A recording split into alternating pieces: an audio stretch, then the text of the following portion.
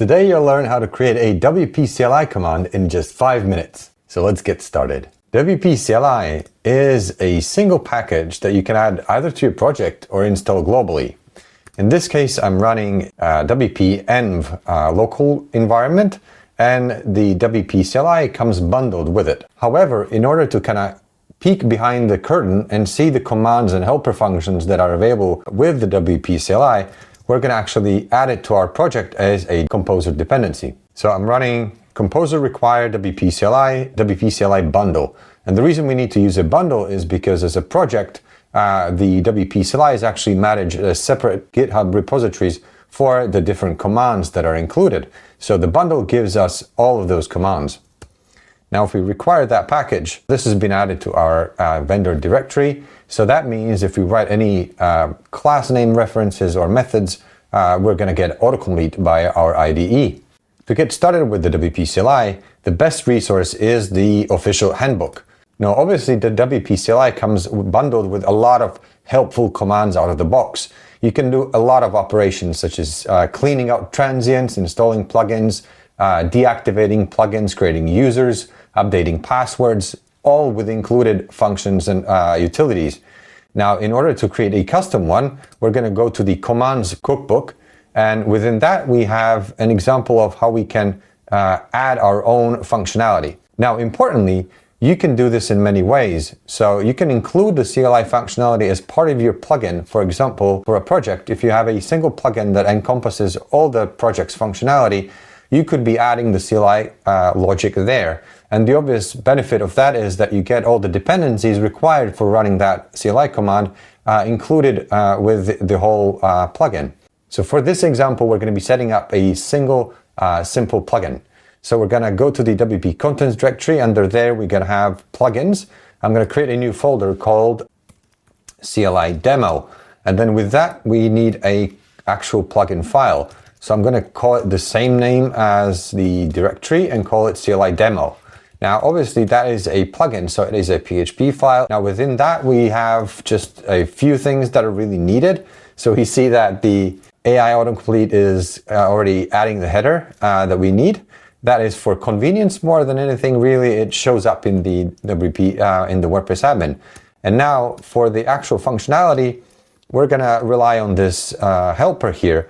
So if the base class, the WP CLI, is not defined, you probably shouldn't be adding that logic or at least activating it. So we're going to include our logic in a conditional. So if not defined WP CLI, then we can return.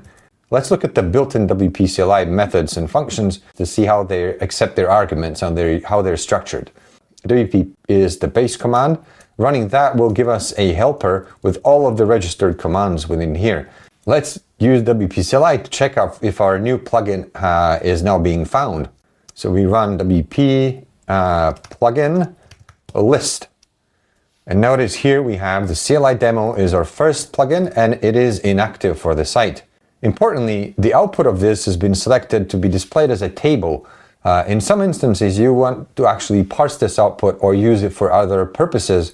And for that, you use the format helper to specify a different output type. You see, I specified as a JSON. Now the same information is being displayed as JSON. When you're writing a custom command, this is something that you need to take care of as well. Now, because we've added the WP CLI as a dependency to our project, we should get autocomplete for the functionality here.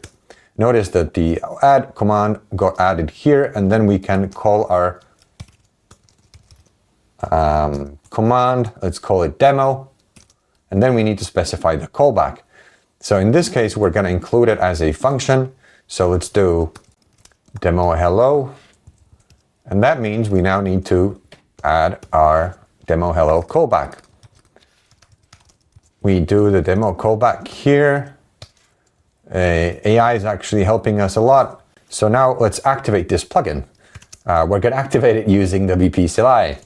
So plugin activate, and then we have to specify which plugin we want to activate. I'm going to save this here. Activate CLI demo is the plug. If I run just the WP, we should now see the demo command listed somewhere here. It's the demo command.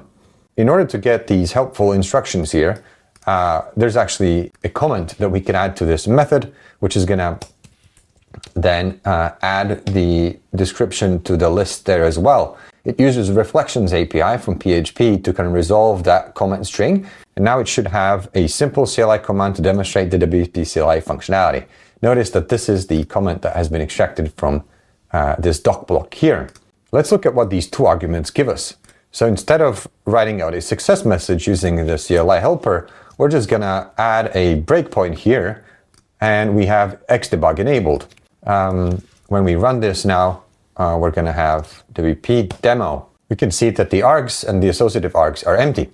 Now let's try and play around with this. So arg equals 0, and we can also pass a flag. The flags are useful for things like dry runs.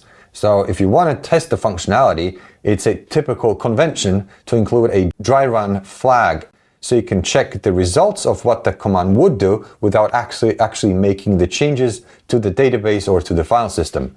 Now, if we run this command again, notice that the associative args have been filled with this data. So now the flag has been set to true and the args are equal to 0.